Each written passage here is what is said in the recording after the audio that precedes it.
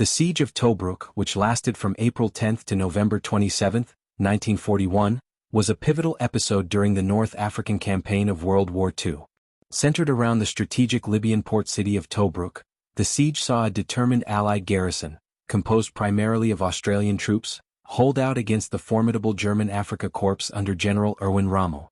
The siege not only delayed Axis plans in North Africa but also became a powerful symbol of Allied resistance and tenacity. Strategic importance of Tobruk. Tobruk, located on the Mediterranean coast of Libya, was a vital port and supply hub in the harsh environment of the North African desert.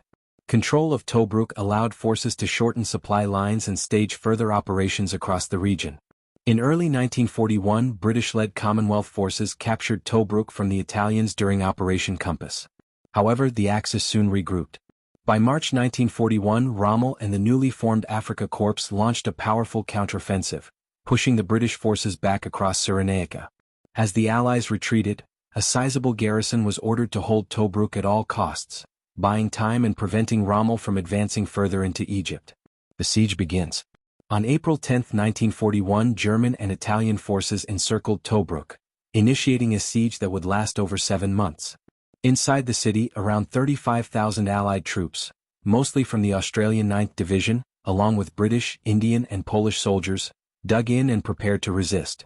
Despite facing superior firepower and persistent assaults, the defenders of Tobruk utilized the rugged terrain and pre-existing Italian fortifications to create a formidable defensive line. They employed aggressive tactics, including night patrols and raids, which earned them the nickname the Rats of Tobruk, a term they adopted with pride. Life under siege. Conditions within Tobruk were harsh. Troops endured sweltering heat, dust storms, limited rations, and the constant threat of air raids and artillery bombardment. Supplies had to be delivered by sea under dangerous conditions, as Axis aircraft and submarines patrolled the Mediterranean. Nevertheless, morale remained surprisingly high.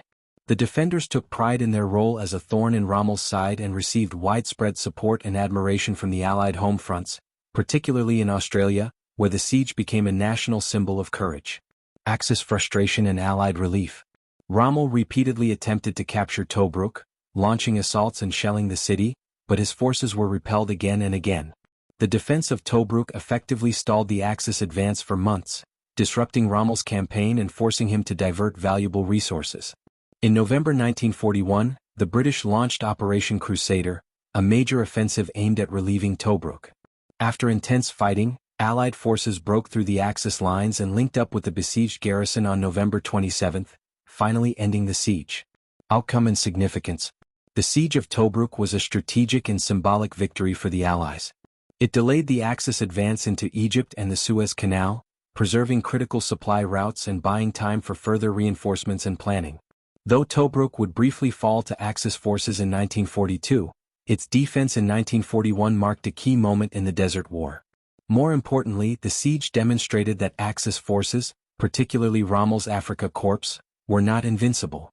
The defenders of Tobruk showed that determination, tactical ingenuity, and solidarity could hold off even the most formidable opponents. Legacy. The Siege of Tobruk remains a defining chapter in the history of World War II. For Australia, it was a moment of national pride, showcasing the bravery and resilience of its soldiers on the world stage. For the wider Allied war effort, it provided a much-needed morale boost during a time of uncertainty. Today, Tobruk stands as a symbol of resistance, grit, and the will to endure against overwhelming odds, a legacy carried by those who fought and held the line in the shifting sands of the Libyan desert.